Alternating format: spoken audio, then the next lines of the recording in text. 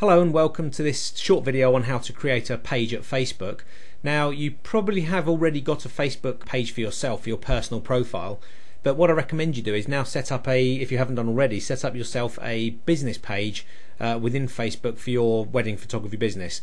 Now, it's important to keep this separate. You may at the moment be using your personal account mixed in with kind of business and things like that, but I'd recommend you completely change that, because what you don't want is clients or past clients or future clients to go to your Facebook page and see all your kind of maybe some rude comments from family or friends, or kind of photos that you don't want them to see.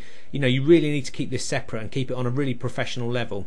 So if you have got a Facebook profile already, all you need to do is scroll to the bottom of your profile. Here's mine here. If you scroll to the bottom of your profile, you'll see an advertising link. If you click on that, it will bring up various advertising that you can do. Now, I've got a couple of campaigns going, but we're not going to talk about that advertising at the moment. We're going to talk about this. If you go over to the left hand side, you see a pages link. If you click on that, it will bring up all the pages that you currently own. Now, you probably won't have any if you haven't got any set up yet, and this page will be blank, but here I've got a few. I've set up All Things Photography a while ago. We've got the wedding photography tips that I've set up recently, and then here I've quickly set up my own page. But before you get to that stage, you get this page. Now, if you haven't got any pages already, you will come to the create a page at Facebook, and you're presented with these 6 options. Now, if you're raising a cancer awareness or a page to do with any charities, then you go there. If you've got a band, you would do this one. I recommend you go to a local business or place and click on that,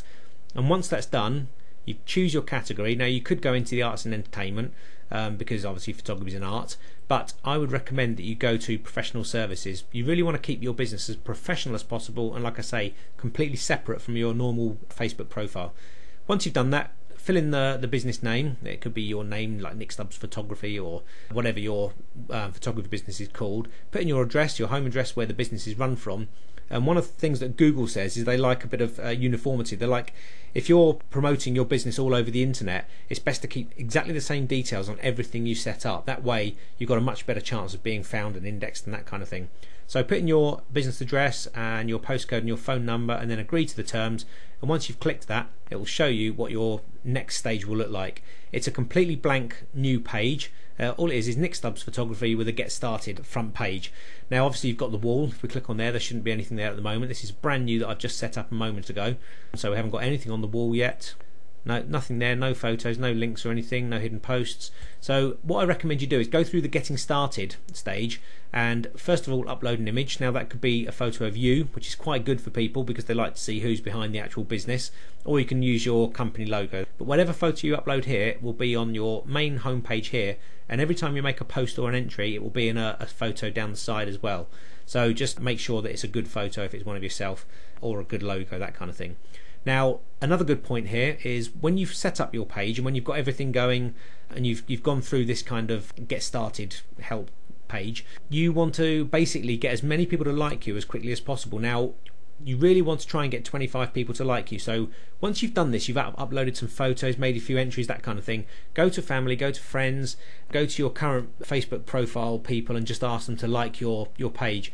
And the reason for that is, once you've actually set up your page straight away, you're actually presented with this as your URL. So you can see here it's http Facebook pages manage account page Nick Stubbs Photography. It's not really something that's easy to actually link to or to give out to people as your marketing tips for how to get to your Facebook page.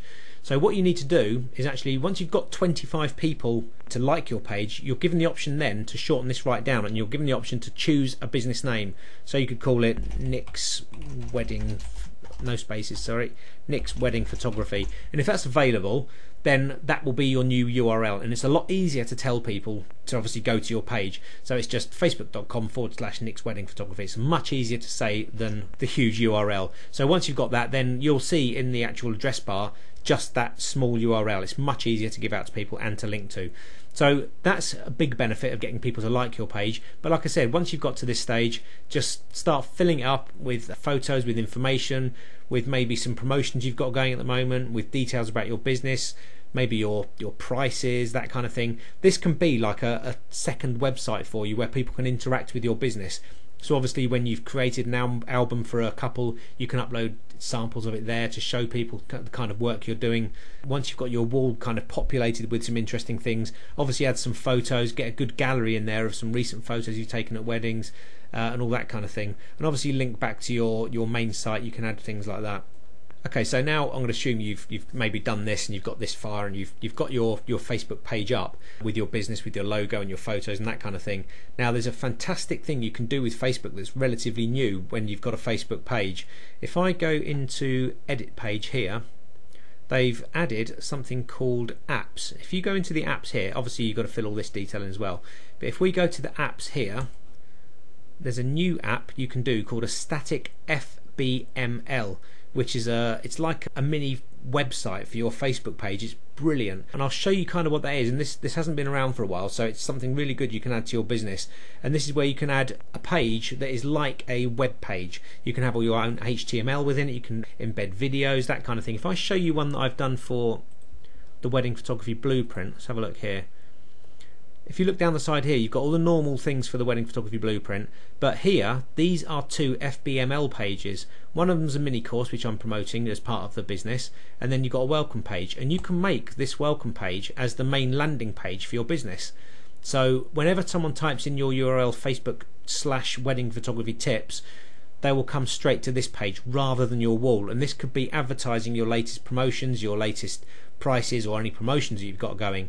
So it's well worth learning how to do these pages and these static pages, so you can actually have people land on this page from your main site straight away and see what promotions you've got going.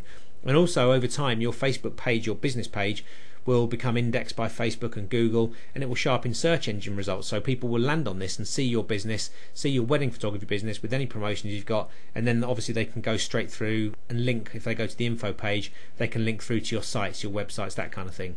So it's really, really important that you get that part of the business done as well. Once you've got your Facebook page set up, you've got some people liking it, build yourself some static FBML pages, and they could be, you could have hints and tips or guides, wedding guides for brides, where you could give the bride some advice on what to look for in a photographer. Is a great kind of bit of self-promotion that way. But obviously you can start building your Facebook business page as professionally as possible, and obviously keep building on it over time, adding photos, adding comments, and ask brides and grooms to go back and comment on your work, that kind of thing. So I hope that gives you a quick insight into Facebook and the importance of keeping your normal Facebook personal profile separate from any business profiles you set up on Facebook. But make sure you get yourself a Facebook page as soon as possible for your business, and then start to include these static FBML pages. Alright, thank you very much for watching, and we'll see you soon.